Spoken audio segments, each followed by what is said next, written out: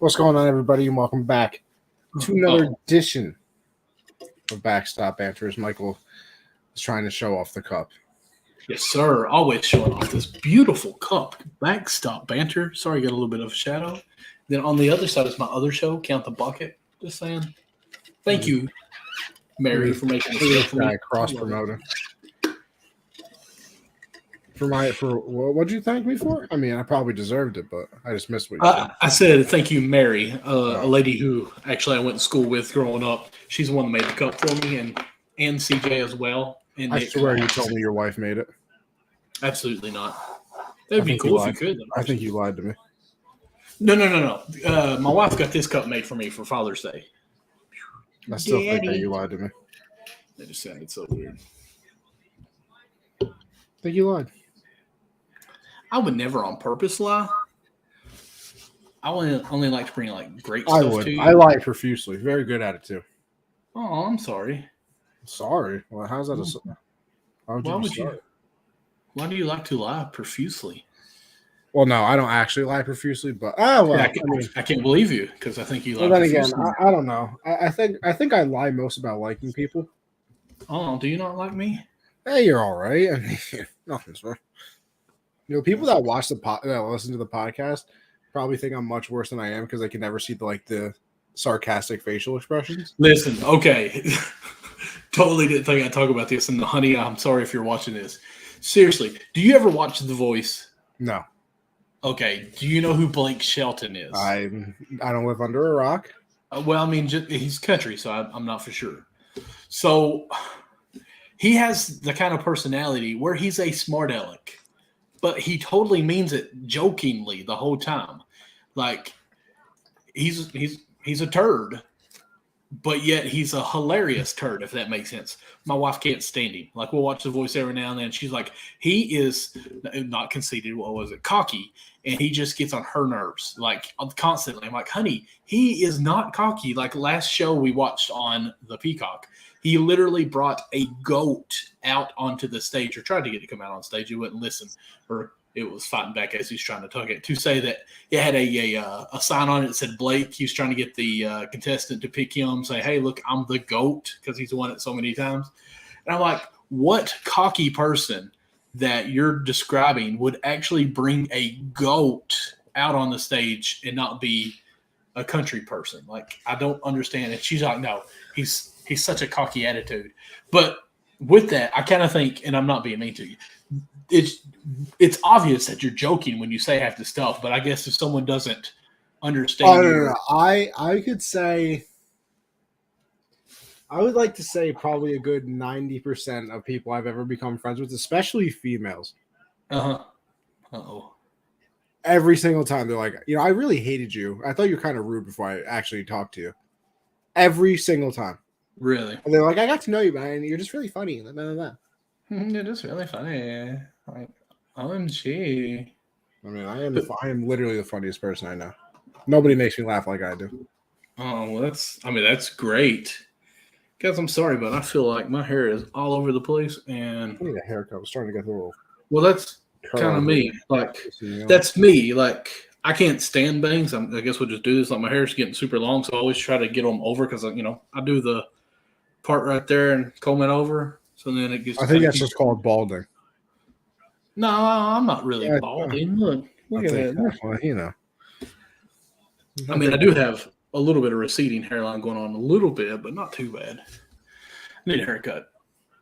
I can't stand that either because I got curly hair. So some will actually stay where I put it, and others will just like, Mm-hmm. You wouldn't know because you don't have curly hair. No. Although, even with, like, if I cut my hair short, my hair still, like, flops to one direction because it's so used to being combed. Because it's so used to being combed in the same direction. So, like, it always goes the same way. Right. Speaking of one direction, go to thejavaseeds.com and get your Java Seeds order for you for just 20% off of all your purchases that you get. Use the promo code BANTER. Got to make sure we show what I'm doing. And all your purchases that you ever make, as long as you type in that promo code of BANTER, will be 20% off. So why not get you some Java Seeds from thejavaseeds.com? I think I might have to. I'm not a big sunflower seed guy, but they're pretty good actually. See, I'm a big sunflower seed guy. I'm not a big coffee person. You really can't taste the coffee in the ones I ate. And I was actually iffy because I'm not a big coffee man. I'm a coffee creamer guy, if that makes sense. Yeah, I like my creamer with a little bit of coffee in it. And it said medium roast. Medium roast. And that made me really nervous because there's an older man that I used to work with at Tractor Supply, and he would bring some Folgers coffee, and it was the medium roast, and it was horrible. Like, it was just too strong. And I'm like, I don't know if I'm going to like these. But you really can't taste that strong of coffee. It's really sunflowers, just kind of with a little coffee bean taste, a little Java taste. And it does give you the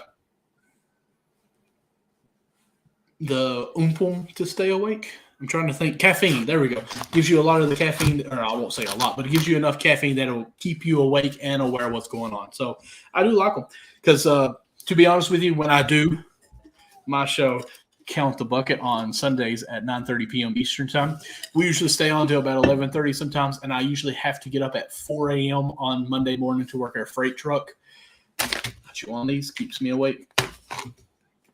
That's good. I probably could have used them today. I had class at 9:30. I got an 8:15 wake up call. I think I went to bed at 4:30. A wake up call? What's a wake up call? Do you live in a hotel? Whatever. I had to wake up at 8:15. I mean, like, for real. Like, is it your mom? Do you like? No, I have an alarm on my phone. It's 2022. Okay, well, I mean, I've never heard an alarm called a wake up call. It's just making sure I'm still down with it. Didn't know if it was something new there. No, can't say it is. Okay. Sounds great then. A wake-up call. A guy at work, over. He had an alarm go off at work. I don't know why he was at work, but the alarm went off. And he was asking me a math problem. He was like, quick, what's this? Da-da-da. I'm like, I told him the answer. I was like, why? He said, I have to put in a math equation answer before my alarm will go off to make sure I'm actually awake. I was like, I mean, that's kind of cool, but at the same time annoying because I just want to get news. There's some people that need those. There's like some alarms that are like motion activated that won't turn off unless you do 10 jumping jacks. It's for like, oh man, I ain't done 10 jumping jacks in a year. Well, it's for very, very heavy sleepers that have like very hard, problems. I guess that could be alarming too. I gotta move on after that one. We'll get into the baseball, huh? Hey, you know what? The season is over. It's so sad. It is over. It's so weird, and like it doesn't make sense because the season is so long that when I say this, it won't make sense. But it almost felt fast. It almost felt fast only because, then again, I feel like it's this way for every season. Like right now, I'm watching the Thursday night football game. It's week 5 already. Like that is kind of weird. Like I have a vivid memory of going on, my other show, Generational Sports, after the first week, and like complaining about the Patriots. Like I have a vivid memory of that. And like I can remember, first game of the season against the Red Sox, Josh Donaldson with a nice walk-off hit up the middle. A lot of up and downs for the Yankees this year, mostly an up. I think they were like 62-18 at one point. Then I think they went 18-31 in the month of I think like in August and a little bit before and after that. So it got real bad, and then they finished. I think they finished the season 20-9. Yeah, it was. Yeah, those were not good times. New York media. How are we doing, Matt? How are we doing? Welcome to the show. We thank you so much for joining. Yeah, facts. Mariners and Phillies in the playoffs. Exciting for me. 21-year drought and an 11-year drought. And both of them has a red player on it. So unbelievable. Listen, I was doing a little homework, a little research, and I almost got pretty sad looking at how many Reds player from last year's team and this year's team are in the playoffs. You guys are a poverty. You guys are a poverty franchise. I mean, I almost want to look at it a little bit deeper and see position by position who is where. And if that lineup almost is technically playing in the playoffs, because if they are, could they not have been one team and played well? I mean, let's see. You got to go through it. Castellanos is in the Phillies. That's left field. Castellanos. Castillo's on the Winker. Mariners. Let's just try to do outfield. Let's Okay. see if we can do that. So we got Jesse Winker for the Mariners. Right field. Castellanos for, like you said, the Phillies. Left field. Just was looking at it earlier. Naquan. He played outfield. Yep, he played outfield as well. So outfield is filled. Let's see here. Drury. Brandon Drury, on the Padres. Third baseman. Also Suarez, who played short last year, which was a fail, but we can put him at short. Let's see here. Shortstop. It looks like second and first. I don't think we could put them anywhere. And then is Stevenson on a playoff team? Stevenson or catcher? No. We traded or we got rid of Tucker Barnhart. He went Tucker Barnhart. Yeah. Stevenson's still red. Yeah, he's just a sophomore. We ain't getting rid of him. Yeah, okay. But there's some other players too that we actually have traded that are on teams as well, and I can't remember. We'll look at them a little bit, possibly more in depth. So I mean, basically everyone on our team for the past 2 years at least, except for second base and first base. Oh, I'll even go as far as saying Trammell for the Mariners. Taylor Trammell, I think it is, because he was in our farm system. He never played for the Reds, but he came up in our farm system. Okay. And it's, of course, playing for the Mariners as well. Of course, Castillo as well. The biggest hater is here. That is true, Jared. Hey, listen, hater or not, appreciate you showing up there, boss. Absolutely. Michael, I got some options for you here. Yes, sir. We can. Because we're going to do a lot of things on this episode. We got to. Let's go ahead. Before the playoffs start. Listen, we have the MLB.com pitcher rankings. They ranked the pitching staff as a whole, not just starters. I think it includes the bullpens as well. There's that 1 through 10 list. There is the MLB postseason bracket that we're obviously going to fill out. I think we closed the show with that, in my humble opinion. That's I was hoping to start. I would also say that I think we should give out our thoughts on who's going to win all the awards. Oh, okay. And I also think maybe we give a most surprising, most disappointing team in each league. Surprising and disappointing. ML or AL and AL NL. Okay, I think we can do that. So one disappointing team, one overachieving team in the AL, one in the NL. You know what I mean? Right. Which one do you want to start with, huh? I would, in my opinion, I say we leave the 2 playoff topics for the end. So the playoff, the bracket, and then the pitcher rankings, I say we leave to the end. You want to go? Where do you want to go here? You want to go the awards? You want to go disappointments and excellence, or what are we going to do? Let's go awards. Let's just get right into it. Go awards. Okay. And of course, I think we both can agree. Sorry, I'm reading Jared's comment real quick. Just want to bring it up. Sorry, I clicked on it. My bad. Crap, I have to go grab food real quick. Come back for this? Hey, listen, we'll be here. Don't worry. And if you miss anything, just holler. We can recap real quick. Not even that. You can go back and watch it because of YouTube, yes. Or you can listen to it via the pod. So it's okay. Absolutely. It's okay. So let's just go ahead and get one of the easy ones out of the way because I think we both agree with it. The AL MVP is Ohtani. Yeah, imagine that. That'll be the day. So okay. Yeah, so obviously it's going to be Judge. Absolutely. I think hands down. Did break the AL record. He ended up hitting the 62nd against the Rangers. And it was getting close there for a second. It was getting real close. I honestly didn't think he was going to do it. And the only reason I say that is because I think he made his debut in 2016. It was at the end of the year. So I think he became a full-time starter in 2017. Because that's when the Astros won the World Series, right? 2017, that was their cheating year? Yes. Because he was Rookie of the Year that year, and they stole the MVP away from him. But so I've been watching him since 2017. 5 years. Not one time, and not one time have I seen him like even shrug his shoulders type of emotion. Mm-hmm. Like he hits a home run, drops the bat, runs around the bases. He strikes out. The only thing he does, because it's this weird little tradition, every time he gets out at like strikes out, gets out, whatever batting, he throws his gum out. That's the only time. That is the only thing I have seen him ever do. Okay. And so he doesn't hit it the 3 games at Yankee Stadium against the Orioles, which is very disappointing because the crowd in Texas when he did hit the home run was very pro-Yankee. I mean, the Rangers are out of it. They have nothing to play for. Everybody was there to see if Judge was going to break the record. And they went crazy when he did hit it. So, like, I really wish that happened in the Bronx, especially because, Michael, I've been, I follow the John Boy and everybody, and they have the Talking Yanks page.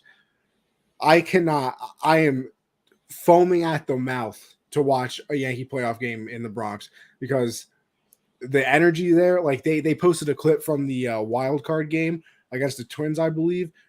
You know how everybody gets really loud when there's 2 strikes or everything? It was like that from the first pitch, before the first pitch was even thrown throughout the game. I can't wait. And they haven't played a playoff game in the Bronx in a while because I think 2019? No, it might have been 2018 because then I don't know. I don't know what they did in 2019, and then 2020 obviously was the COVID year. So there were no playoff. That was all in the bubble. 2021, they were the wild card team, and they played in Boston.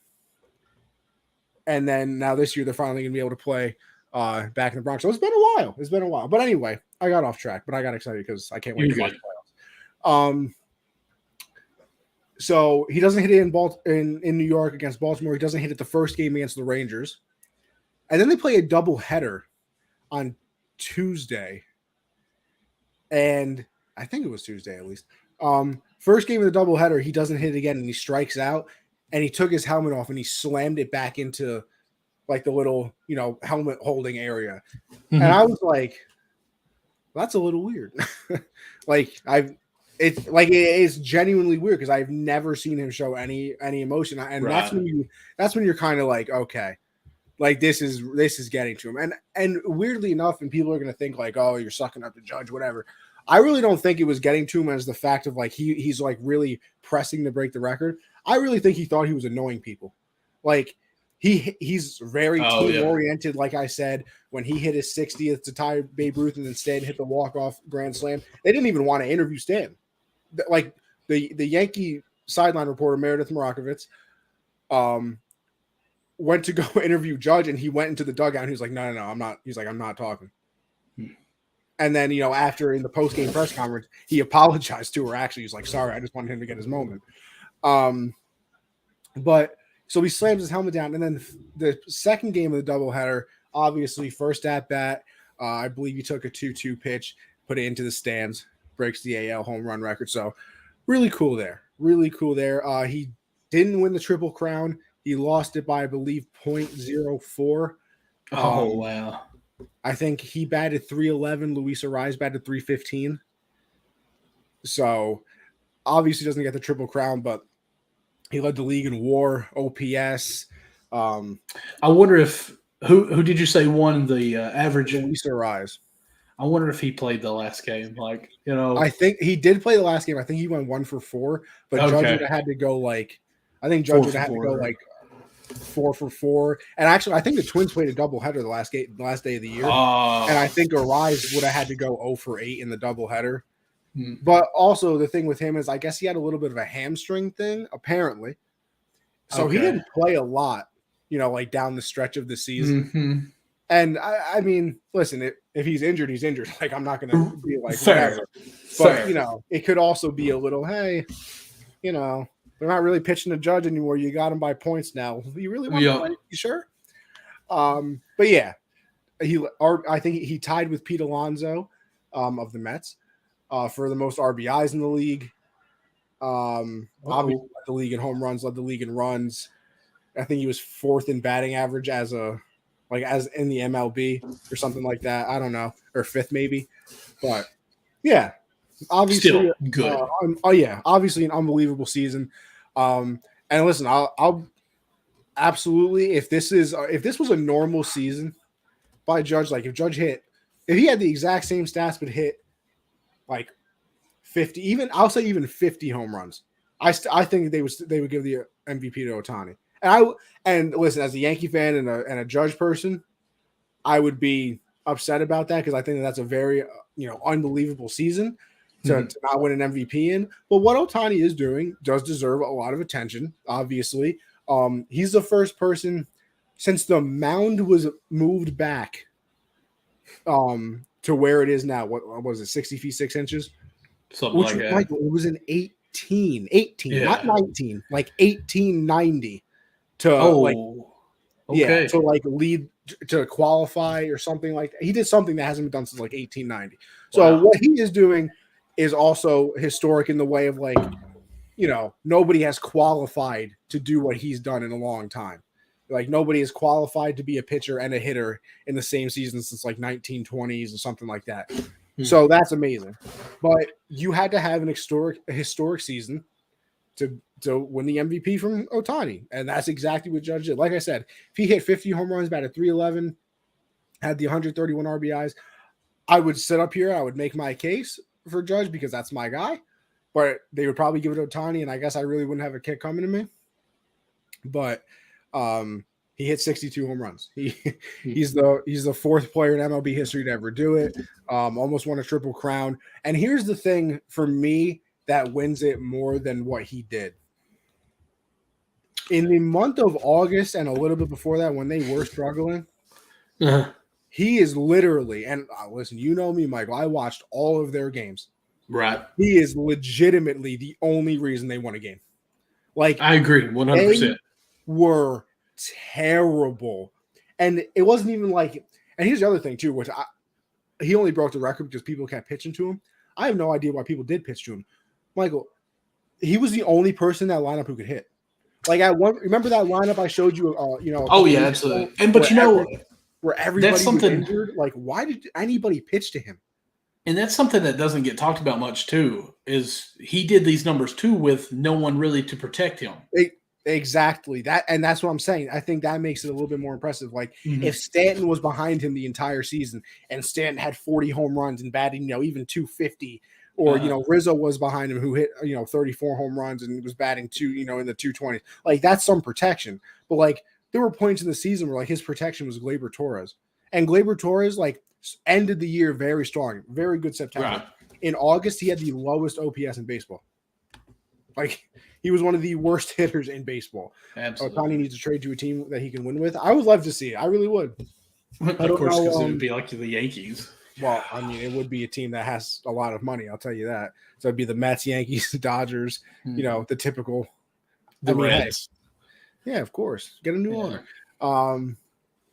Listen, I will have to say this, and obviously, when I said Ohtani earlier, as far as the MVP, I'm joking. It has to be Judge this year, but Ohtani is definitely being a fan favorite very quickly. I think, just by storm. Even I don't know if you've seen the highlight that they kind of showed where he got hit in the arm or the elbow, and he acted like, "Oh, it's hurt." And all that stuff. He trotted down first base. The dude doesn't even know English that much, but yet he looked at the first baseman and said, "You tomorrow," because he's pitching the next day. Like, that was comical and great stuff. And of course, he smiled the whole time he did it. I wanted to see if he actually hit the person tomorrow or that day or hit anyone. I don't think he did. I think it would have been on news and I didn't see anything. But he's actually having a good time, and I think that's great for the sport too, just because he is a face of MLB now. But yeah, I will say this. I think he needs to be traded, but the Angels really aren't too far away from being good. Like, you still have Trout. Terrible pitching. And they drafted every draft pick they had this year was a pitcher.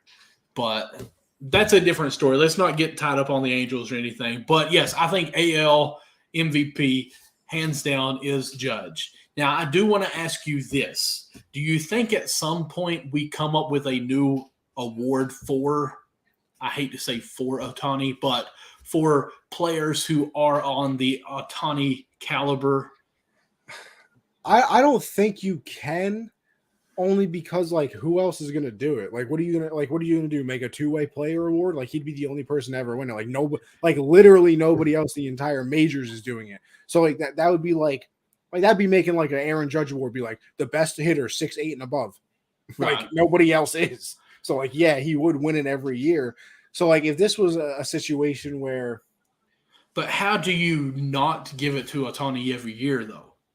I think you can. Seriously, I really do think you can. Like, I don't you know, think you can. I mean, there's gonna because let's here's see the here. thing: the only Earning, way. yes, but I think after a while, like Well, you I don't know how can't. long he's going to be able to do both. I I mean, mean, I don't know how old he is now. 26. Is he really? I don't know. I made that up. Let's see. Let's check how old he is. He's 28. Okay, see, that's close. So, I mean, he's obviously not very old, but I still do wonder how long he can do. And then obviously there's the, knock on wood type of thing of injuries and everything of that. And, say he starts, struggling at pitching. Does he just, all right, that part of my career is over. I'm going to just hit bat now. Or if maybe he all of a sudden can't hit a baseball anymore, is he like, okay, I can pitch? So I wonder how long he does both. But I just don't think you can make an Ohtani award type of thing because there's he's literally going to be the only person to win it. We joke that we can give him the MVP every year. He literally could be the only person to win that other award that they did make one. See, I almost. Oh yeah, here's another one. And of course, he was an ex-Cardinal, but Rick Ankiel did it. Actually, he tried to pitch, and he didn't really make it as a pitcher. And he would bat DH every now and then. And then he moved to, I think, center field, I believe it was, and became more of a positional player. So, I mean, even using Rick as an example, he was borderline there. Another angel is Michael Lorenzen that used to play for the Reds. He is a player that could do it if they give him a chance. When he played for the Reds, we would DH him quite a bit. And 2018, 19, maybe we even played him in outfield later in the games. Like if our bench was low or our bullpen was low, we put him in the outfield so he could go back to pitch or needed to pitch. He could. There we go. But so, I mean, there is some cases where it's kind of getting more relevant, but not on a Ohtani level. Yeah. But I almost want to say, could there possibly be, okay, we have a NL MVP and AL MVP. Could we have a MLB MVP? Because every sport other than baseball has an MVP. Yeah. Not broken down like this. I guess the only thing with that is though, like, how do you give an AL MVP to a player? How do you give an AL and NL, and then wouldn't those two be the front runner for the MLB one? I mean, technically, you would think, unless you just said, well, the best player can't win both awards. Well, listen, that's the thing that annoys me with the MVP in every sport. Like, okay, have your MVP and stay true to what the letters mean. Give it to the most valuable player in the sport. So I would give it in the AL to Judge, because if you take him off the team, they wouldn't even be they would be awful. They would have won 70 games, maybe, without Judge. And then, sorry if you can hear it.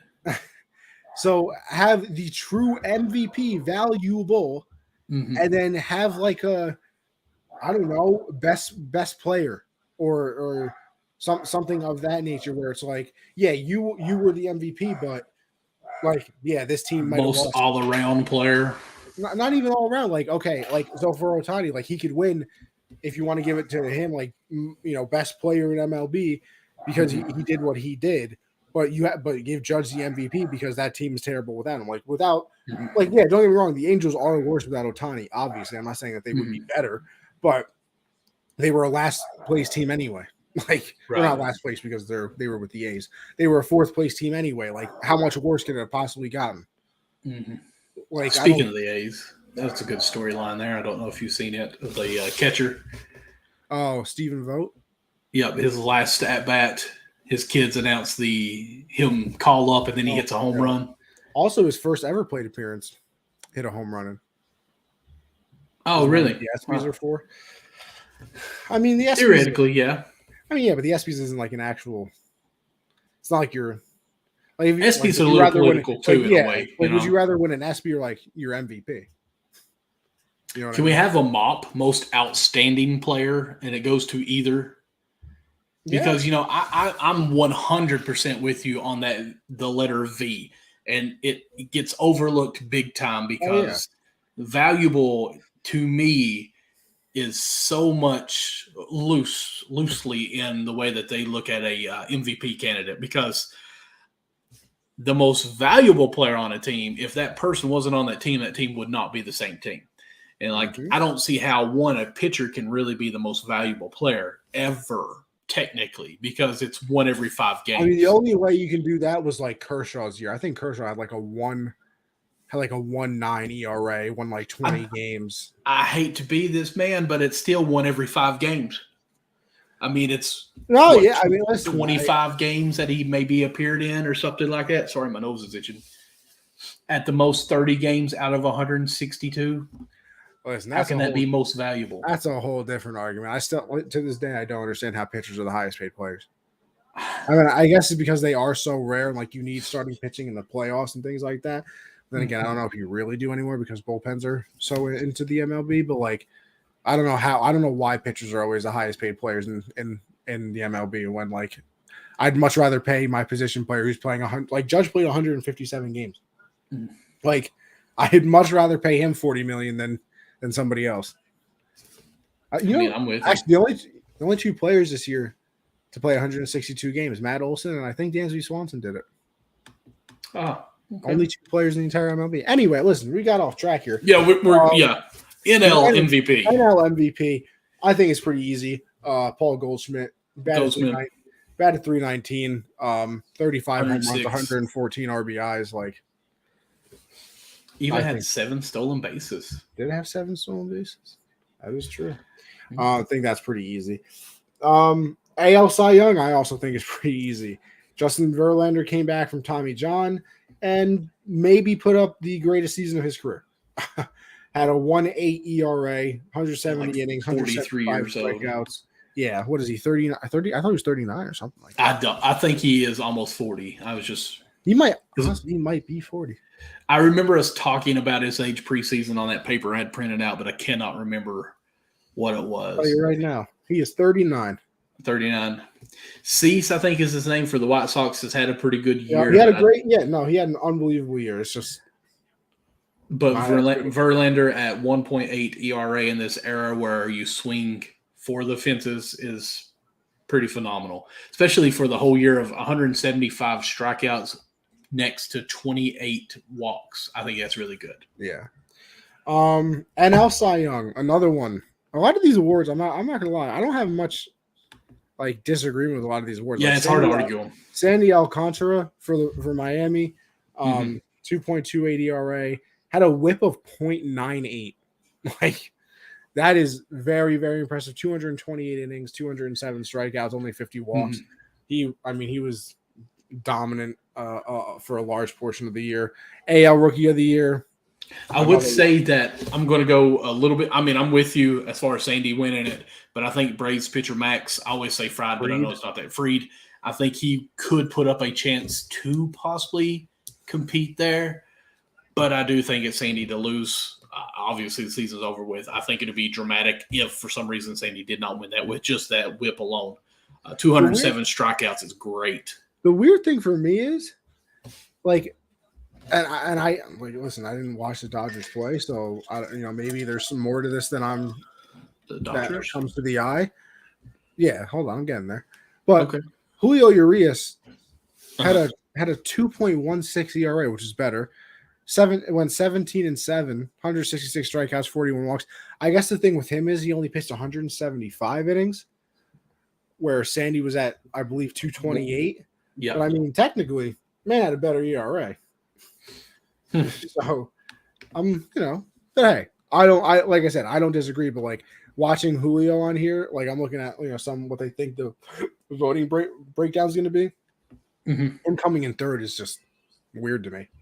Like, I feel like those stats itself say like second place at least, but right. I'm with you. AL Rookie of the Year, Julio Rodriguez. Yeah, I mean, there's no. We knew that like 3 weeks into the season. Yeah, I mean he's been unbelievable. He batted 284, hit 27 home runs, 25 stolen bases. Like that wasn't very difficult. Yeah, that's good. Not as a rookie. No, that's a good year. Like us, like that's a very, very good year for anybody. Yeah. On the NL Rookie of the Year can get a little weird, and the craziest thing is they're both Brave players. Michael Harris, he batted 296, 19 home runs, 64 RBIs, 20 stolen bases. So he was, very, very good throughout the year. What I'm looking at here has him winning the award. But then you go to Spencer Strider, who, was a pitcher for them, had 131 innings pitched, 11 wins, 2.67 ERA, and 202 strikeouts in 131 innings. So he had an unbelievable year as well. So, I mean, I wouldn't be mad at either one of them winning. It's crazy that they're both Brave players and they're both right there at the top. But that's unbelievable for them. That is a very, very good job out of them. AL Manager of the Year. Man, I know he's gonna win. But I kind of wish Brandon Hyde of the Orioles would win. But I think you're gonna give it to Terry Francona because the Guardians, I think literally everybody had the Guardians finishing third or fourth in the division. They're the youngest team in baseball, and they won their division. Right. Made the playoffs. So I think you have to give it to Terry.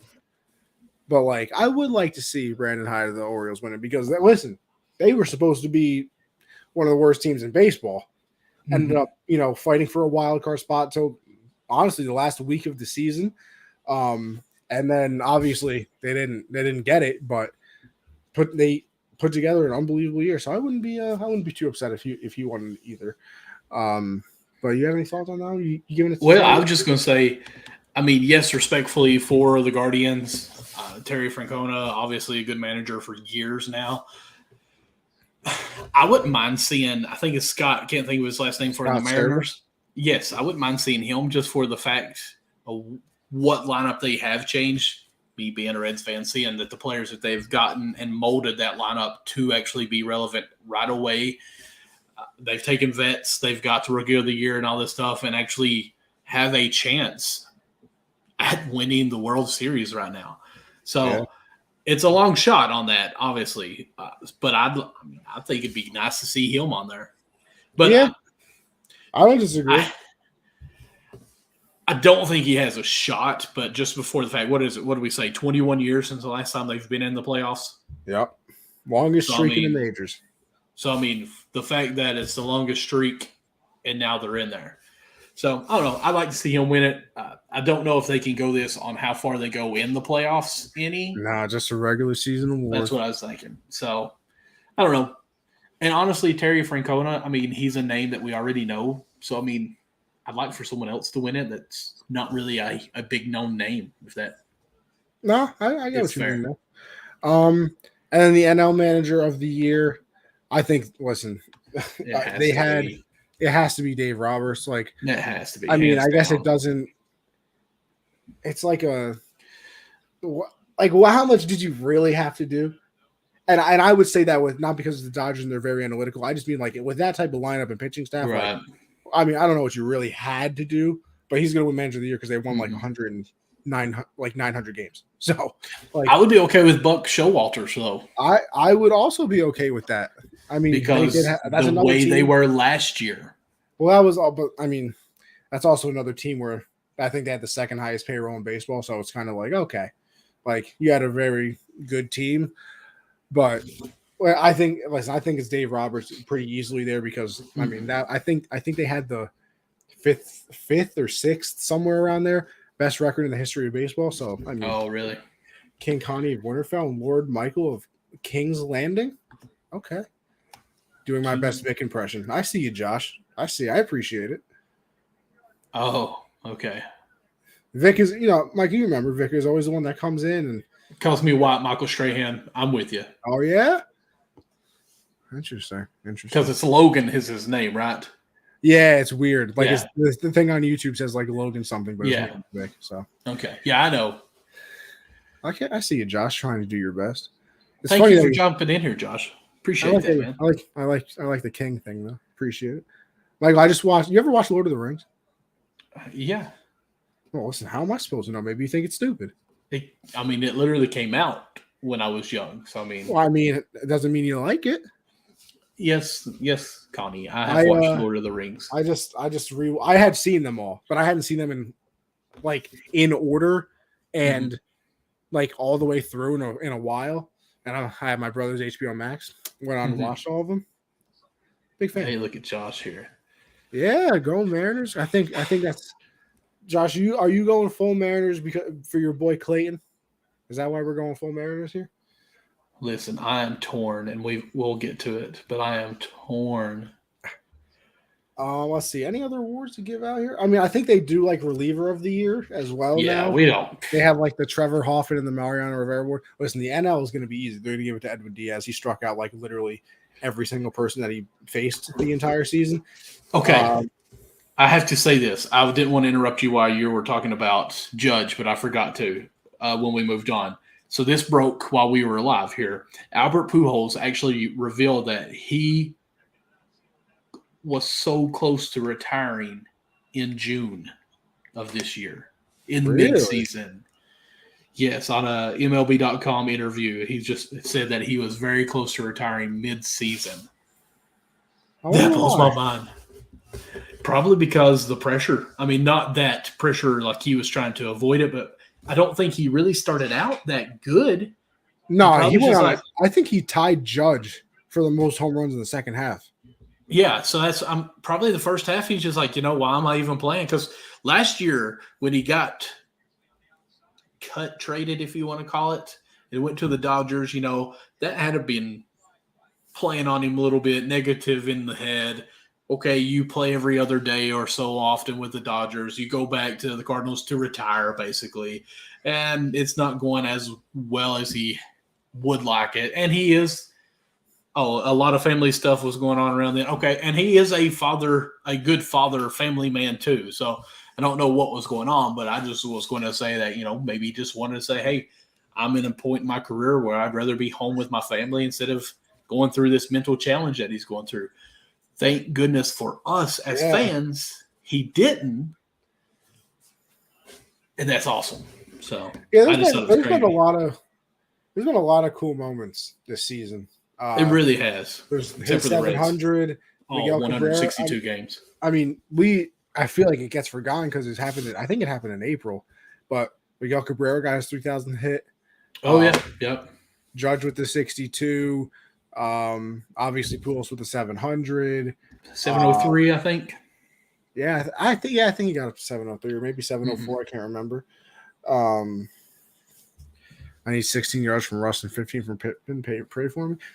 I got you, Josh. Although I'm not sure though, because I did see that Russ was going into that blue tent. So listen, I'm hoping he's all right though. 15 yards, which direction? I would assume positive, Michael. I know, but they've been going the opposite way quite a bit in this game. Yeah, no, this game is absolutely terrible. Good thing you have. But I'll tell you what, I'm glad I got the Broncos defense on one of my leagues because they're doing well for me. Yep, I forgot about that. Waino and Molina broke the MLB record as battery mates. They also, I believe, in the last. I don't know, was it the last game of the season that they pitched together and then they were both taken out at the same time? Mm-hmm. So that was a nice little moment as well. Damn, a lot of stuff happened this year. I feel like nobody else cares besides Yankee fans, but Garrett Cole broke the Yankee all-time strikeout record for a season. Actually, in the same game that Judge hit a 62nd, the top of the inning, Judge hit 62 to break the AL record. Bottom of the inning, Garrett Cole struck somebody out to set the Yankee record. It was kind of weird. Yeah, the Broncos have me 18 points right now. Thank you, Broncos. Russ playing, you can't bet negative passing yards, Mike. I mean, might as well. It was a good season for baseball. Yeah, it really was. The only thing that I will say, which is weird because I feel like in every sport, no matter how many games there are and like how weird the season, it was kind of weird for me that the last games of the year this year didn't mean anything. Because last year for you guys it was Well, literally, the last game of the season this year, there was nothing to play for any team in the MLB. Literally nothing. Because the Braves had clinched the day before, the Yankees had already clinched, all the playoff spots had been clinched. So that was the only thing. I in a way, I kind of wish that the Braves lost the first 2 games to the Marlins, and the Mets won the first 2 games. So then that last game of the season, that last game of the season. So because then it makes it fun. Like the last game of the season. Oh my gosh! Imagine the Braves get swept and the Mets sweep whoever they're playing, and now they jump back on top. Like that would have been something. Well, to be exciting. Sorry, Hey, Josh, it looks like there was 7 yards, but it was the wrong way. Yeah, it's just what's crazy talking about the Braves and the Mets, and I'm sorry, I'm kind of paying attention to that sack there for you, with you, but I seen I want to say it was on Instagram on MLB.com's Instagram page. I read it off to my wife. That's how crazy it was. I want to say the Mets led for 153 games, was in first place. They led like the entire season. And the Braves were only in first place for like 7 games, and they clinched the division. Yeah, that's very possible. We're going to get into the playoff bracket and everything, but that series over the weekend, we had talked about it the previous episode how I can't believe the Mets didn't win a game. Like it's difficult to call it a collapse on the Mets' part for the simple fact. Michael, if you extrapolated out the second half, the Braves would have won 114 games with the pace that they were playing at. 114. Really? And I think the Mets would have won like 100. So they both played very well. Right. But the Braves just played like lots out. I mean, 100 better than the Dodgers. Games. They would have won 114 games from the second half of the season on. Like that is insanity. So it's hard to call the collapse, but then you look at certain moments. Like the Mets got swept by the Cubs. I think they lost 2 out of 3 of the Nationals. They split a series with the Pirates. I think they went on like a 12. There was like a little, I don't know. I think they went like 8 and 9 in a stretch of games against teams under 500, like late in the season. Like really late September or something like that. Like you obviously can't have that happen when you're battling for a division. But yeah, I mean the Mets went in there and got swept out of the building. And that Braves, listen, we talk about like home field advantage. And Michael, this is what I'm kind of excited about a little bit too for baseball now. Mm-hmm. And I mean, it's very easily like negated because you could just go back to the old fashioned way. Mm-hmm. But everybody's using pitch comm now. Like those loud, like Yankee Stadium, the Braves, like some of those places that are like Seattle is going to be insane. Like all those places where there's like actual like loud atmospheres. I wonder if people are going to have trouble with the pitch comm because like I've seen it, like even a Sunday night game or like a normal game throughout the season, like the pitchers have to, hold their glove up to their ear to try and hear the pitch. Right. And this is the playoffs now. Like people are going out of their minds. It's going to be a sellout every single game. Going to be on their feet the entire game. Like I wonder if they're going to have to be like, time out. Like come here. I have no idea what you're pressing right now. I mean, and like I said, it's easily negated. You just go back to throwing down signs like they've done for the last 180 years. Right. But listen, that's the other thing. A lot of people have gotten comfortable to the pitch comm the entire season. So like, are they now kind of like weary of going back to the old fashioned way? Like that's the one thing that like maybe a home field advantage can really be now. Because I think the Braves, could they not just go with like an earpiece? I mean, I assume, but like maybe that's not approved because you would. How would that be? Cheating. You would think that they would have done that already, though, wouldn't you? Like, well, I don't know. I've never really understood why they have like the whole sidebar thing in their hat when they could have just had, an earpiece in. I don't know. But I think the Braves have like the best home field advantage because I mean, I don't know if you watched any of that series, Michael. Mm-hmm. When the Mets take out a pitcher, and I guess they do it for every. The lights go out. Yeah, the lights go out, and they're doing. Oh my god! Like playoff baseball is so good. It really is so good, and I'm pretty pumped up. Like these wild card series. Like, don't get me wrong, I really loved the game, but it also sucked in a way that you play 162 games, and you have one bad game and you're out. So like, I kind of do like the series for that part, but. I think that these are just really good matchups this year. Like we're going to get into the bracket, obviously, like we said, but Do we want to go ahead and do it? I was gonna say let's do this first. I want to do the pitching staff rankings. Okay. Do you want to do the team real quick? I forgot about that. I did. Look at you, Michael. Listen, I think it's pretty easy for me. The most surprising team in the AL was the Orioles. Like they almost made. What about the Guardians? No. Listen, the Guardians were supposed to be like, a pretty bad team, like a little bit under 500. I listen, I'm speaking for myself at least. Right. I thought the Orioles were losing 90 games, 100 games, something of that. And you know what? The season's over. What are we doing? Yeah, true. The season is over. Let's see how good we did. I think I definitely did better than you. Okay. I know I got the AL East wrong, though. AL East. We'll start there. AL East, you said – did you have the Jays? I did. I thought they were going to win like 110 games. No, you had them at 99. You've got really? Blue Jays 99. I have them at 97. You've got the Rays at 96. I have them at 94. You've got the Yankees at 92. I have them at 90. You've got the Red Sox at 90. I have them at 86. You've got the Orioles at 66, and I have them at 60. So with that, I mean, the Yankees won 99, which is what you said, the Blue Jays. So the Blue Jays were 92. Let me pull up the standings. Okay. Let me pull up the standings. So everybody, the whole audience can see, huh? Let's do this. Let's go over here. We'll go back to StreamYard. And it cracks me up as you're doing this, that beginning of the year, too, if you remember, like the MLB, everyone was talking about the Yankees, the Jays, the Blue Jays, and they all had like the exact same win total? Yeah. Yeah, like 97 or something. So let's see. Yankees win 99, Blue Jays at 92, Rays at 86. I did not think the Rays won that little of games. I thought they were – I thought they were in the 90s, yeah. Baltimore 80. Man, they won 83 games. They really went over 500. That is crazy. Yeah, we missed them by over 20. Under. And then the Red Sox at 78. Which I wasn't really too far off on that one.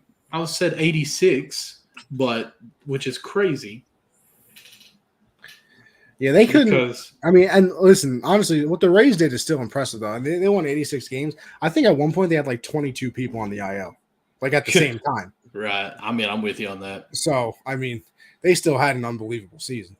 All right, what about the Central? How do we do in the Central? AL Central. Let's see here. Checking through. Okay.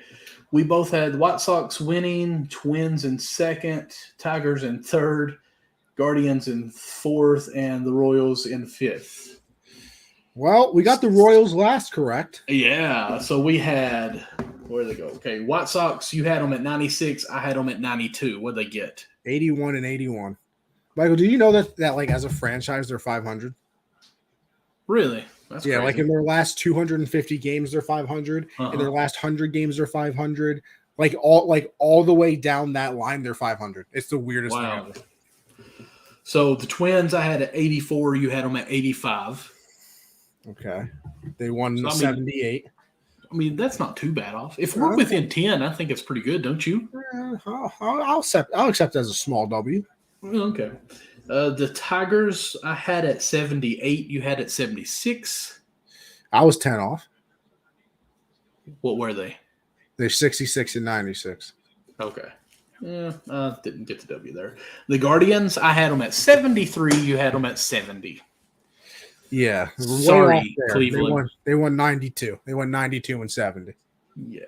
And then the Royals, I had them at 69. You had them at 70. All right. They won 65. Okay. How about the West? The West, AL West. Okay. We had Dodgers, Padres. No, AL West. Oh, you're right. I'm sorry. You had the Astros. I had the Mariners. What did I have their win total at? 90. I had them at 85. Damn, that's it? Yeah. They won 106, though. Yeah. Wrong. The Mariners, You had them at 83. I had them at 90. Hey, Oh, hey. okay. Then we had the Angels. You had them at 84. I had them at 81. Okay. That's not bad for both of us. I don't think. Yeah. Well, you're closer. Then we had the Rangers at 80 both. Jesus. And Wrong. then we had the A's at 70. Really? Yes. What was I thinking? Well, they had some good pitchers, and we kind of put them at 70, I want to say, thinking that if they didn't really trade too many of their young players and stayed relevant a little bit, it did not happen. How would you in the NL East? East, let's see here. I had Phillies number 1. You had the Braves number 1. Hey, how many wins And did I have then in that? 93. Damn. I had them at 92. They won 101, so you know. The Phillies I had at 93. You had at 90. Okay. So you did. I'll take it. We had the Mets. I had the Mets at 90. You had them at 91. Okay. I was 10 off. I'll take it. Yeah. The Marlins, 83 me, 81 you. So wrong, but you know, whatever. And the Nationals, we had at 70 each. We had a little more faith in them. Yeah. Yeah. Well, we thought Juan Soto would probably still be on the team. This is a true statement. How we do in the Central? Sorry, Jared, because I'm sure you're still watching, but we had the Brewers winning. I had them at 90. You had them at 88. Oh, so I was very close, 86. Yeah, yeah. Cardinals, I had at 87. You had them at 86. Okay. The Reds, I had at 78. You had them at 75. Wrong. They'll, 62. The Cubs, 75, 77. Oh, very close. They won 74. Okay. Yes. So, I mean, we did good. I did better, but we did good. Yep. Just throwing that out there. And then the Pirates, 60 and 61. Hey. Okay. Hey. So we did much better in the NL except for my Reds. Good. We did very good in the NL Central, I'll say. And then we close it out with the West. How did we do in the West? The Dodgers, you had at 107. Damn. I had at 97. So you did good on that one. Padres in second. I had them at 94, 93. So we overshot that, which they did kind of. Still 89. They were good. Yeah. Then we had the Giants, 84, 82. Okay. They went 81 and 81. Yeah. So, I mean, that's good. You had at 82. That's real close. Rockies, I had 86. You had 70. Okay. I did good there. They won 68. What are they? 68, 90. Hey, I picked that one right on then. Oh, I thought you said the Rockies, didn't you? Yeah. I'm sorry. The Giants. I'm sorry. Oh. Giants, 84, 82. I'm sorry. Giants, 84, 82. We did good there. Okay. The Rockies, I had 68. You had 70. We Okay. still did good there. I did great. Yeah. Diamondbacks, 62, 68. They won 74. Who would have known? Yeah. Still not. We did much better good. in the NL, but I mean, for our first time really doing that, I think we did pretty good. I agree. Especially when we actually landed on a couple correct. I mean, I did, but Hey, I got real close on some of these. I'm proud of myself. I think did I get the NL East order correct? No, we both had I'm sorry. You had the Braves, Mets, and Phillies, yeah. Oh, and then Miami and Nationals? Mm-hmm. Okay, hell yeah, I got it correct. In that order. Let's go. I had the Phillies, Braves, Mets, Marlins. All right, so my surprising team in the AL, though, was the Orioles, and then obviously my disappointment for me is the White Sox. Obviously thought they were going to be a very good team. The National League, honestly, I'll say my disappointment is the Marlins, because I really thought that they might go like 500 this season, only won 69 games. Obviously, I thought they were going to be I thought they were getting better, especially with their pitching. And surprising, man. I don't know. Like, Is the NL surprising? I don't know. Maybe you know what? Maybe I'll go with the Mets. I know they lost the division, but 101 wins. I thought they were going to be pretty good. Obviously, I had them in the World Series at the beginning of the season, so 101 wins is great. But I don't think I thought that they would win that many games. Well, what about your ALNL? And then we can go to this pitching thing, and then go to the bracket. So I'm still going to say, surprisingly, I'm going to have to go with the Guardians. They're the third best team in the AL when they're the youngest.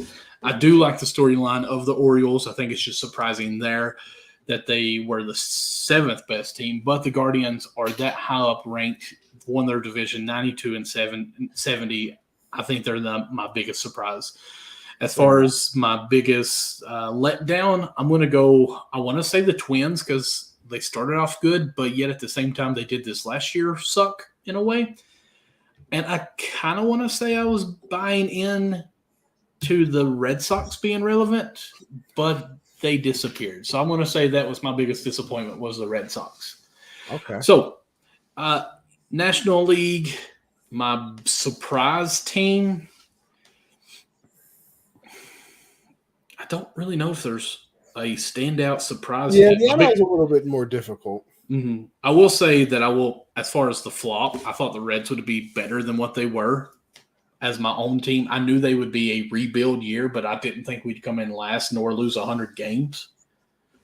So I'll say that. But I'm going to try to say one. Wow. The Braves and the Mets really had the same win column, didn't they? Yes, they did. They had the same record. 101 and 61, baby. That is hilarious. I'm going to say mid-season, my big surprise is the Phillies. Okay. Because mid-year, they were kind of done, I thought. Oh, yeah, no. They were not good. Yeah, they fired Girardi. And then they turned it around. So I'm going to say as far as that, my big surprise would be the Phillies, even though I had them winning the division at the beginning of the year. But in season, I thought that this was not going to work out. Now, I will also say our World Series, because we did make predictions, you had the White Sox and Mets. I had the White Sox and Braves. So we do have the NL team still. Yeah, we're still alive somehow. So that sounds good, at least on that. All right, let's go to this little pitching thing. You okay there, Mike? We're great. Jeez. Got a lot of stuff going around. All right, so this is the pitching staffs ranked by MLB.com. I gotta blow that up so I can see it better. There we go. No, I said I'm making my screen full. Blow it up. That's what I meant. I don't know if I can. I can zoom in a little. Oh, that's good. It's fine. All right, there we go. MLB.com. So just to run through it and then give the thoughts. Number 1 is the Astros. Number 2 being the Dodgers. Number 3 being the Braves. 4 Guardians. 5 Rays. 6 Mets. 7 Yankees. 8 Mariners. 9 Cardinals. 10 Phillies. 11 Blue Jays. And 12 being the Padres. I think the thing that stands out to me right away, there's no way in my head that the Padres are 12. I would have thought Phillies you would had have been. Yu Darvish, who's solid. Joe Musgrove has been solid. Blake Snell in the second half of the year had like a 2.3 ERA, so he turned his season around because he was bad in the beginning of the year. I will say that. And then you have Josh Hader closing things out. Who, listen, we know once he got traded, he spiraled. He's picked it back up again. He's kind of. I don't know if I would exactly go back to the Joe Hader of old, or Josh Hader, not Joe. But he is much better than he was before. So, you have, I would say, 3 very solid starters and then a pretty lockdown closer. I don't know how that's 12. The Phillies bullpen has kind of always been bad.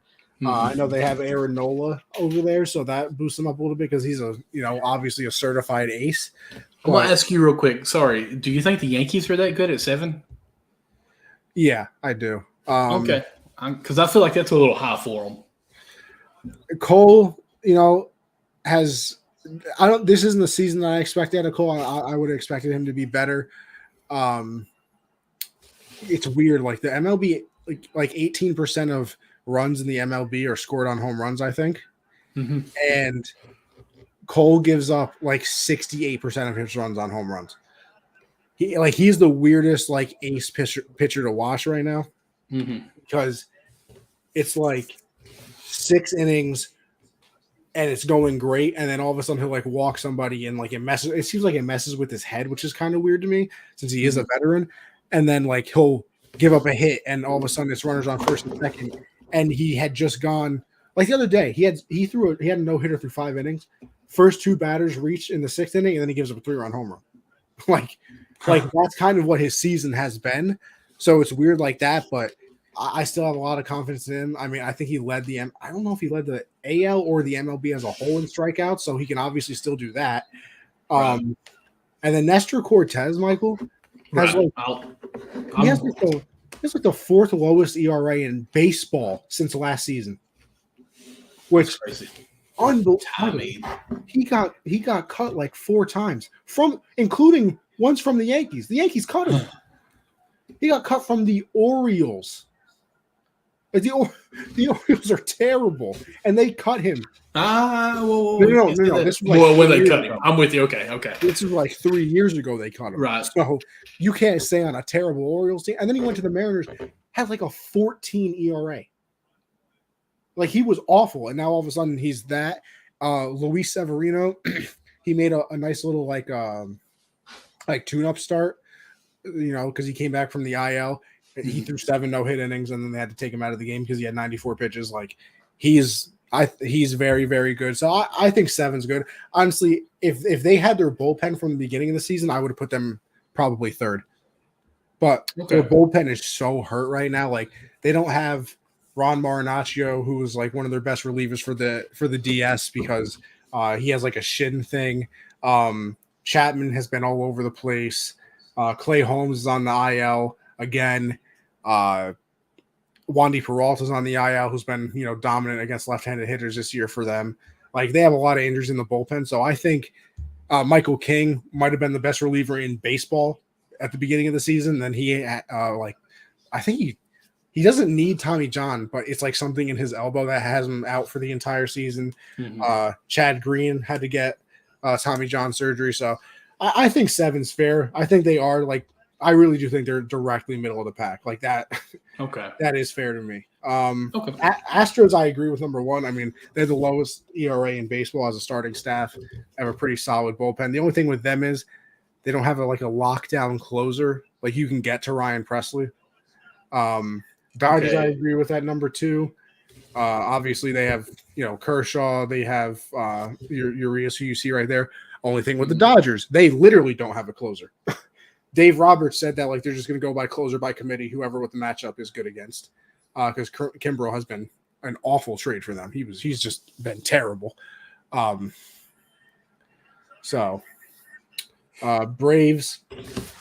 they got Spencer Strider. I don't know if he's on the IL still, but I hope that he comes back. Obviously, we just talked about him in the Rookie of the Year thing.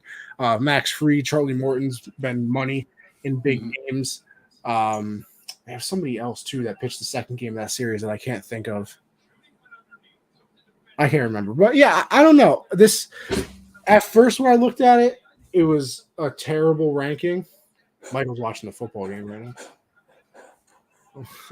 What are we looking at? I don't want to say anything because I know yours is a little bit behind, right? I'm looking at the Wilson interception in the end zone. It's just a trash game all around. No, this is a terrible football game. It really is. 9-6. I literally said this on Gen Z on Monday. I said this is going to be like another 12-9, 11 game. It's just not good football. Yeah. And then Matt Ryan almost got intercepted. Jesus. Yeah. Did you see? That's what it was a pitiful throw. Like it should have been picked, and somehow the guy actually caught it for yardage. Like he caught it between his legs. Yeah, this is bad. The first play after the interception. Just the only thing that I would say if I would even be questioned, and as far as if they're going with bullpens too on this, it's hard to rank that many players and actually go. Obviously, the Astros are number 1, like you said. The ERA is number 1, so it's the lowest. I think the Mets maybe could have been higher up because they have so many aces. Yeah, but don't see them. I mean, who do they jump really? Okay, I can see. I think I don't know. Then again, the Rays bullpen is locked down. And the Mets, the thing with the Mets is like they have DeGrom and they have Scherzer, and then they have pitiful. They have DeGrom and Scherzer, and then who was their third guy that was great? I never can remember his name. Or Chris Bassett? Bassett.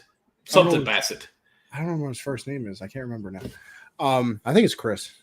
But still, that's three pretty much aces. And then they have the best closer in baseball in Diaz. Yes. The only problem with that is they have no way to get to Diaz. The rest of the bullpen besides Diaz is trash.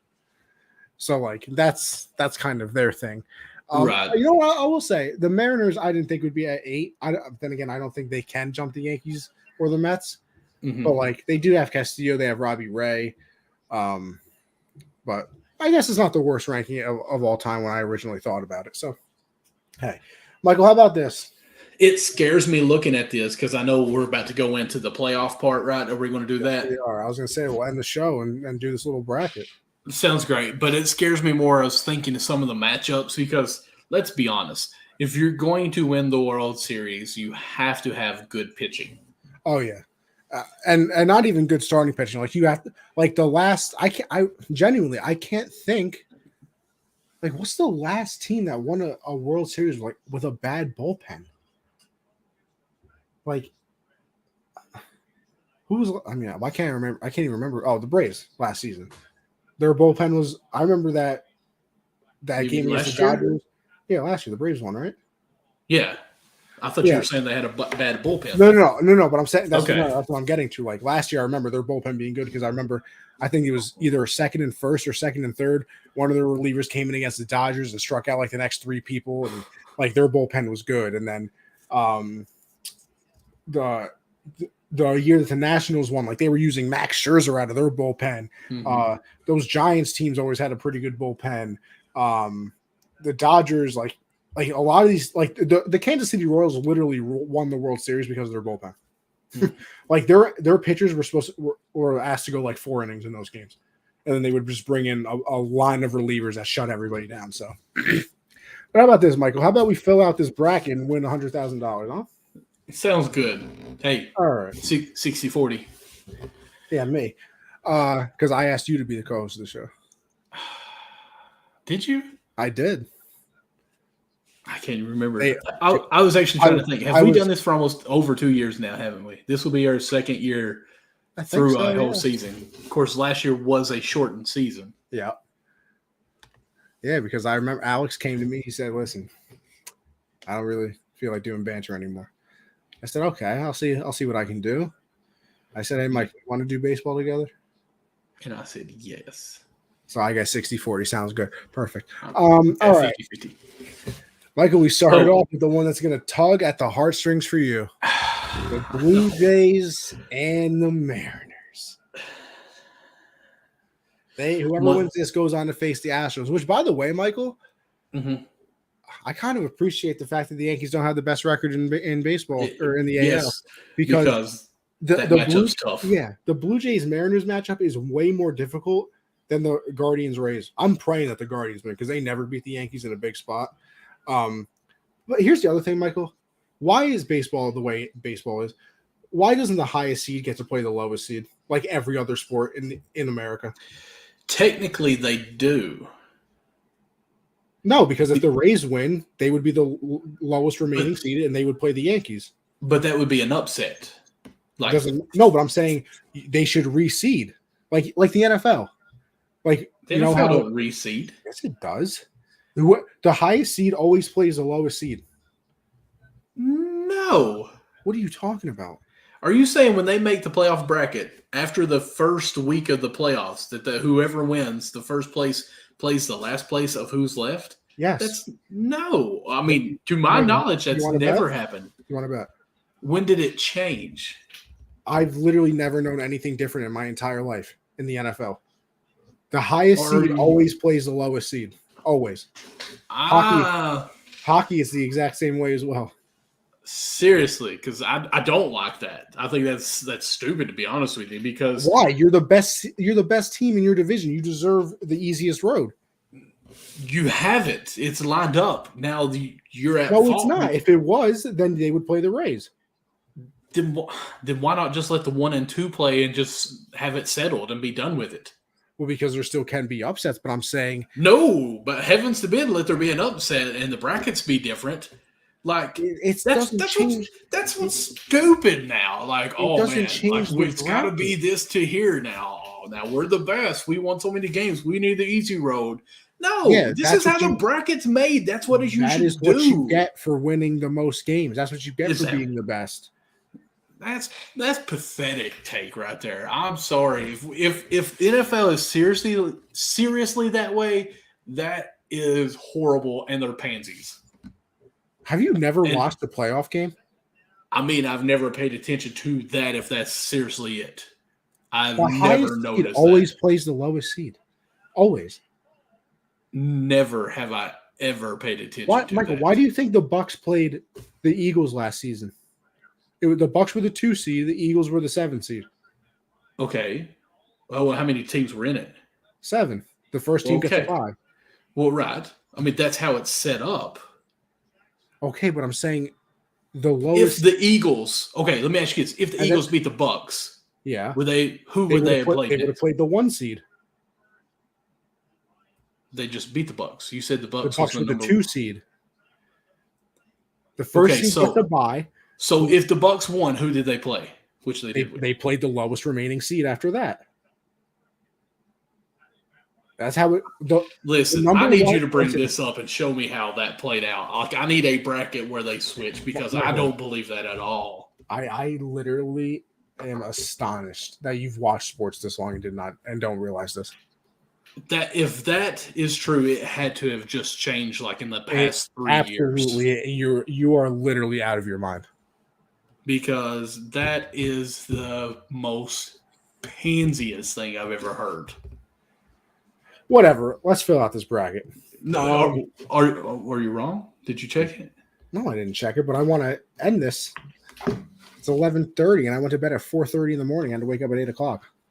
Okay. Well, I'm going to say this. It breaks my soul to say this, but the Blue Jays, with that offense that they have and the sluggers that they have, if they can put it all together on the same page and get hot together, their pitching is ranked 11th, and I don't think that can help them in the playoffs. I think the Mariners win it.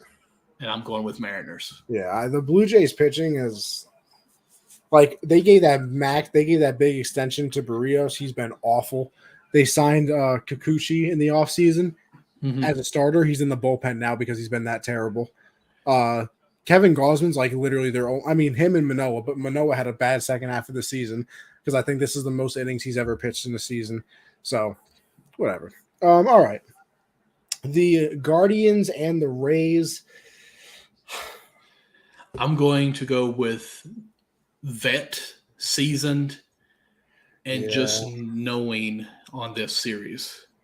Knowing what I mean by that, systematic, been here before. I think the Rays win this, and that pains me because I think they have a much easier chance of beating the Yankees. Not saying that they do, or that they will, I'm saying, but I think it'd be much easier for them to beat the Yankees and the Guardians. I mean, they play them however many times throughout the season. Tyler Glass now just came back from his injury, so they have They have Glass now. What's his other? The McClanahan. So they got some good starting pitching and then a good bullpen. So I would prefer the Guardians, but I do agree with you that the Rays are going to win this one. Okay. All right. Do you want to go all the way through the AL and then all the way through the NL, or do you want to go down to the NL now? Let's go to the NL. Let's do that. Okay, let's go to the NL. So that's how we think the wild card plays out. Now, Mets and the Padres in the first round of the wild card series. I have the Mets. I do have the Mets. I think their pitching is. I do too. I'm going to be good. And quietly, by the way, we talked a lot about like Soto going to be a crazy trade. Mm-hmm. Has not been very good on the Padres. I think he's batting like 220 something. So yeah, I'm totally with you on that. Cardinals and the Phillies. I'm going with the Cardinals. I mean, they got the MVP in Goldschmidt. I think the runner-up in the MVP this year is going to end up being his teammate Nolan Arenado. I think the Cardinals are a wee bit better. I think so too. All right, perfect. Now we go back up to the AL for the DS. That would be the Astros facing the number 5 seed Seattle Mariners. Listen, love the Mariners. I hope they beat the Astros because I despise them with every bone in my body. But I think the Astros are going to smoke them. Like the Mariners at their best point in the season. I think they were on that 12-game win streak earlier in the year, and they swept in a 4-game series by the Astros. So I'm going to go with the Astros, sadly.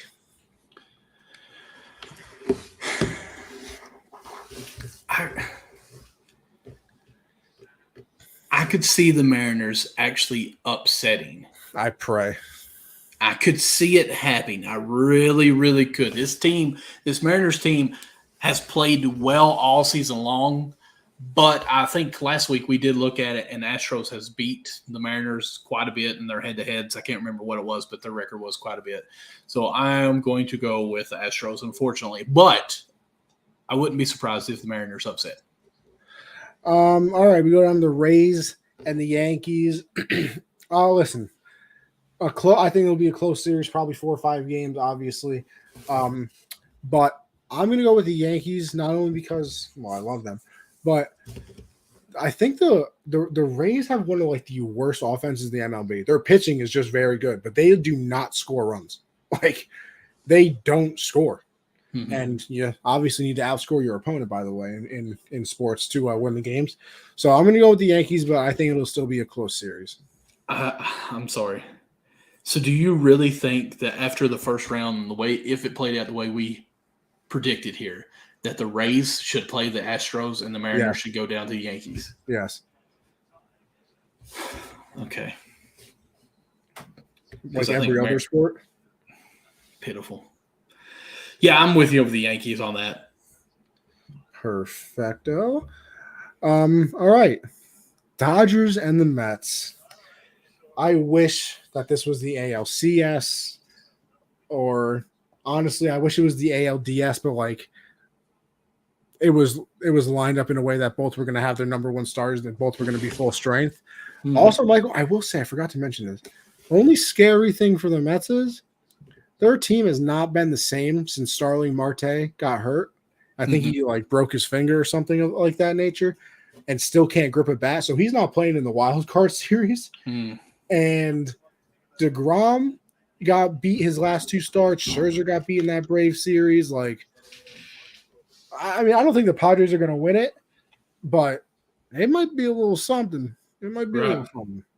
But anyway, this being said, Mets have to win 2 out of 3 games. That probably, takes out Scherzer or DeGrom for game 1. And if this series does go 3, you're probably looking at, game 1 of the AL or the NLDS being your 4th best pitcher up against the Dodgers number 1.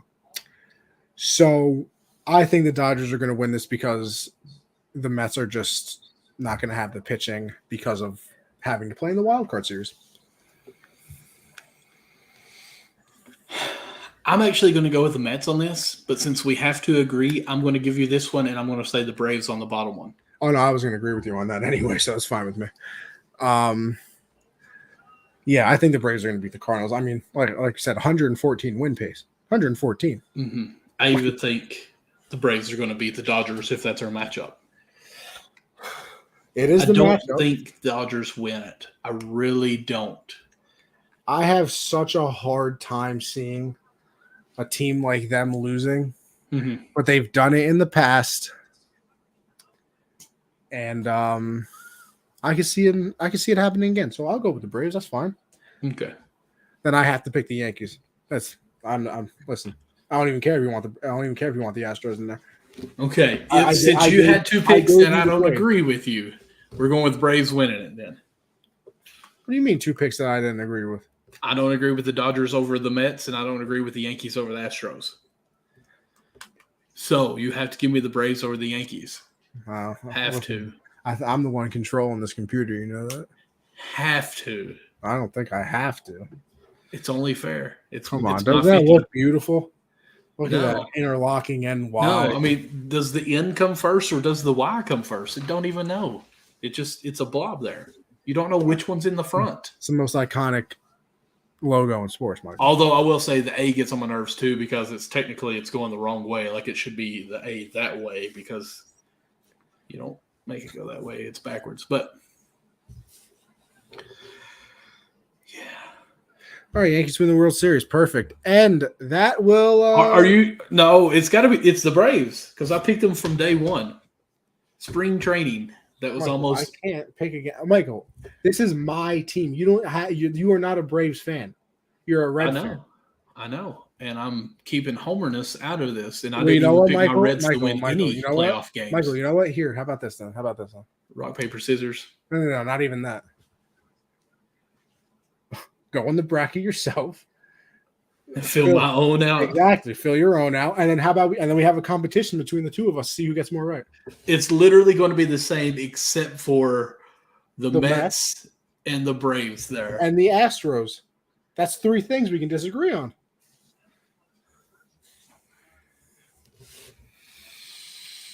And then we'll post both of our picks to the Backstop Banter Twitter account. Mm-hmm.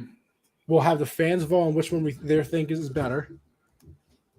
And then we see at the end of the World Series who was better. Sounds great to me. Perfect. MLB.com. Submit my picks. Oh, look at this. Oh, we want to fill the tiebreaker questions out? Well, I'm not helping you anymore. All right, fine. But what's the questions? How many total home runs do you think will be recorded during the 2022 postseason? See, that's not fair because we don't know if the balls are going to be juiced or not. And then how many runs do you think will be scored during the entire World Series? Those are some tough questions. Exactly. That's why you got to get close. Anyway, Michael, hell of an episode. The 2022 MLB regular season is over. We've gone over, who we think awards are going to go to. We recapped some of our picks. We predicted the World Series winner. Well, I did at least. The Braves. No, stop. Incorrect. You didn't even put the Yankees winning preseason or the spring training. Listen, I didn't think the Yankees were going to be a 99 win team. I didn't think they were going to be this good. I've never been more happy to be wrong in my life. And you're wrong again. Just like you were wrong about saying Judge wasn't a top 10 player. Anyway. That year, he definitely wasn't. He's been a top 10 player since he got in the league. With all that being said, Michael, why don't you tell everybody where they can find you? We'll head on out. I'm filling out the bracket now. You can find me at MDLawson00 on Twitter, on Facebook, on pretty much Instagram. Anything you say that's social media, that's pretty much my handle on anything. Also in the bio has my link tree that has everything in my description as well. You can also check me out on Sunday, 9:30 p.m. Eastern Time, where I will be with my other co-hosts on Count the Bucket, where we're bringing you everything in the NBA, little college, and a little WNBA as well.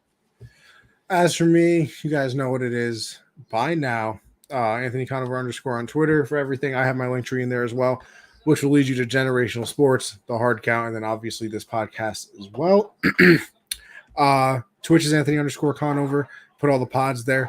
Listen, might have to get back into the streaming of some games as well, especially when Call of Duty comes out. Might have to get back in, play a little Warzone. But with all of that being said, I appreciate everybody for tuning in. Michael, another great one, as I said before. And listen, everybody, we'll be in the divisional series by the next time you see us. So and my picks are in. Until then, you have a good one. All right.